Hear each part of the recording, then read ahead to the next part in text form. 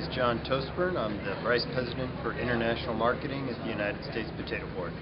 What we tried to do was to explain the connection between the long-range plan for the International Marketing Committee or the International Marketing Department at the board and the successes that have come about that in the last year and over the last few years that plan has been in place. The International Marketing Program covers chip stock, table stock, seed potatoes, dehydrated potatoes, and frozen potatoes, and we're in roughly 25 countries around the world, mainly in Asia but also in Latin America. So that is a number of different products that we're covering in a number of different places. We have an overriding strategy that indicates what we're supposed to do or guides what we need to do on a day-to-day basis. We have representatives located in the markets that carry out that individual and specific work for us. The successes that we provided in this presentation were very numerous. One of the main things we try to do is create net new demand, net new sales for U.S. potatoes. And we've been very successful in that by getting U.S. potatoes into new channels, getting new products introduced into these markets, and creating new avenues for their use or new uses for the products, such as dehydrated potatoes in bakery or frozen potatoes in kiosks in shopping malls, table stock potatoes into local cuisine, not in just in being used in restaurants for Western type food, but also in the local type foods. We've also had good success with our seed program. It's very limited, mainly in Latin America, but we are expanding into Sri Lanka, and now next year we'll be going into Egypt. We go in, we try to register the varieties, we do trials with the varieties to prove that they'll work in these different climates, and then we're able to connect buyer and seller through reverse trade missions, where we bring importers and growers from these countries up to the United States.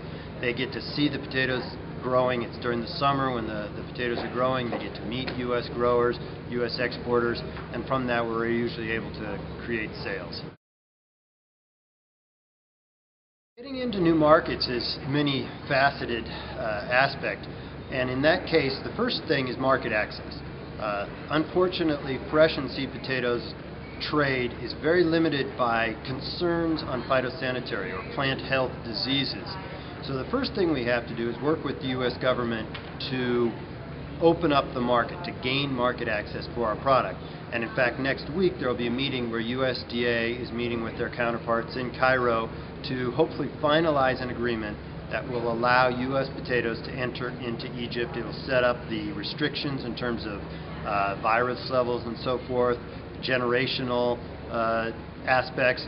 And then once that's accomplished, we can go in, and the first thing we do are the trials. We have to find a local partner that will run the trials for us.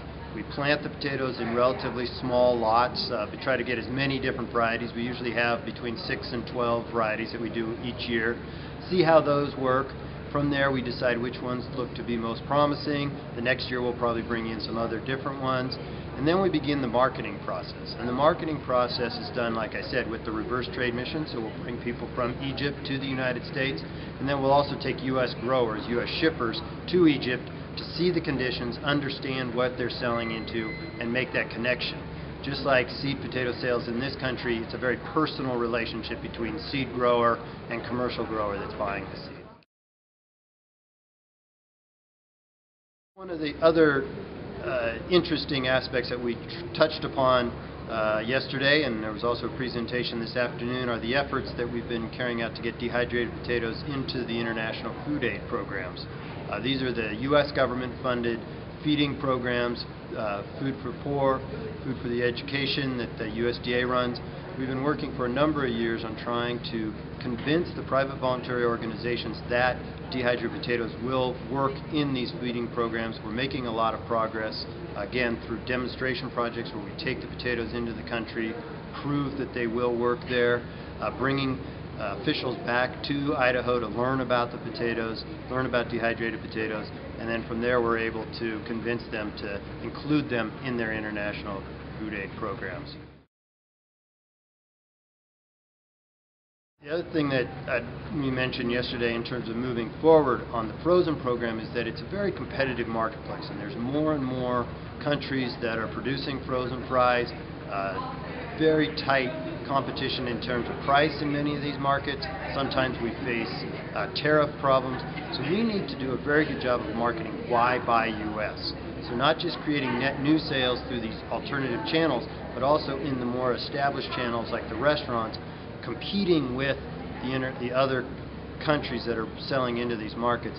And so what we're going to be doing next year is hiring a company or an individual to help us even further develop our why buy US. So quality, the profitability of the higher quality from the US product, the support that we're able to provide in terms of storage and handling and marketing support, and really boost the message and really help US processors to better market US potatoes in these very competitive markets. You can go back 30 years, I mean, and it's just been a linear growth. Basically 10 years ago, we really started a nice takeoff. There's been some ups and downs based on exchange rate differentials, which do have an impact. But yes, we are looking at 55% growth in the last 5 years, since 2002-03. This past year we reached $1.2 billion in export sales. The major aspect, or there's still about 50% of that, is the frozen potato products, which was at $720 million last year. And then dehydrated potatoes, the other products, are also growing quite well. But we've seen steady growth in the export market, and we anticipate that in the future. Exports now account for 15% of total potato production in the United States, and I think that over time we're going to see that up around 20, even 25%, as these markets continue to grow, and perhaps the U.S. market doesn't grow as quickly. More and more of our products are going to have to end up overseas.